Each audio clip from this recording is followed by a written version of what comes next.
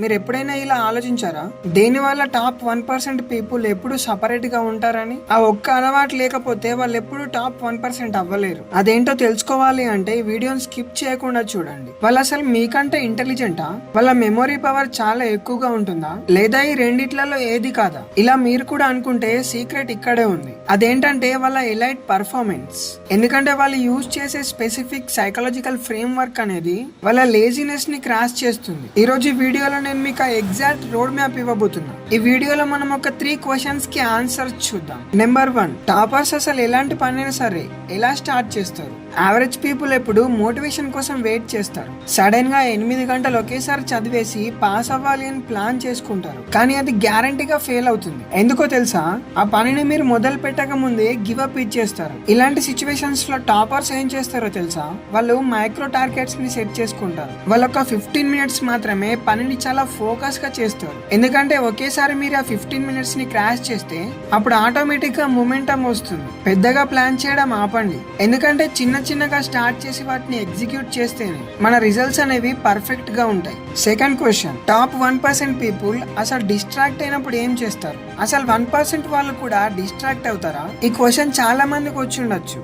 Yes, ఖచ్చితంగా అవుతారు. కానీ వాళ్ళు డిస్ట్రాక్ట్ అయినప్పుడు ఎలా రియాక్ట్ అవుతారో తెలుసా? ఇమాజిన్ ఒక అన్యావరేజ్ పర్సన్ 6 గంటలకు లేచి చదువుదాం అనుకుంటాడు, కానీ ఒకేసారి ఫోన్ చూస్తాడు, డిస్ట్రాక్ట్ అవుతాడు. అండ్ సడన్ గా టైం అనేది 6:30 అవుతుంది. అప్పుడు అతను ఏమనుకుంటాడంటే గంట వేస్ట్ అయిపోయింది, సరేలే మళ్ళీ 7 గంటలకు స్టార్ట్ చేస్తా. ఇలా మీలో చాలా మంది ఇలానే చేస్తారు. కానీ ఇక్కడ ఎలైట్ పర్ఫార్మర్స్ ఏం చేస్తారో తెలుసా?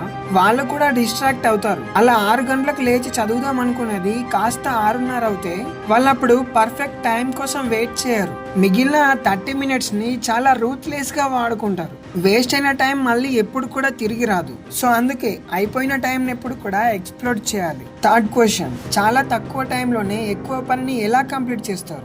ఈ క్వశ్చన్ కి చాలా మంది దగ్గర ఆన్సర్ లేదని నాకు తెలుసు. అండ్ ఈ క్వశ్చన్ కి చాలా మంది ఆన్సర్ కోసం వెయిట్ చేస్తున్నారని కూడా తెలుసు. సో వాళ్ళు అలా ఎలా చేస్తారో చూద్దాం. వాళ్ళు ఈ పని చేయడానికి పవర్ హౌస్ స్ట్రాటజీని యూజ్ చేస్తారు. జస్ట్ ఇమాజిన్, రేపు మీ ఎగ్జామ్ అనుకుంటే ఈ రోజు మీ ఫోకస్ ఎలా ఉంటుందో ఒక్కసారి ఆలోచించండి. వారం రోజుల్లో చదవాల్సింది కేవలం 2 గంటల్లో మాత్రమే చదివేస్తారు. సో సేమ్ ఇలాగే ఎలైట్స్ ఎప్పుడు ఈ ఎమర్జెన్సీ సిచ్యువేషన్ ని రోజు ఫేస్ చేస్తారు. 1 గంట పాటు no phone, no distraction, absolute isolation, ఇంకా ఎక్స్ట్రీమ్ ఫోకస్ మనం తక్కువ చదివినా సరే మనం హై ఇంటెన్షన్ తో చదివేటట్టు చేస్తుంది. సో ఫైనల్ గా ఒక్క మాట, చాలా మంది ఎంత చదివినా సరే ఎందుకు ఫెయిల్ అవుతున్నారో తెలుసా?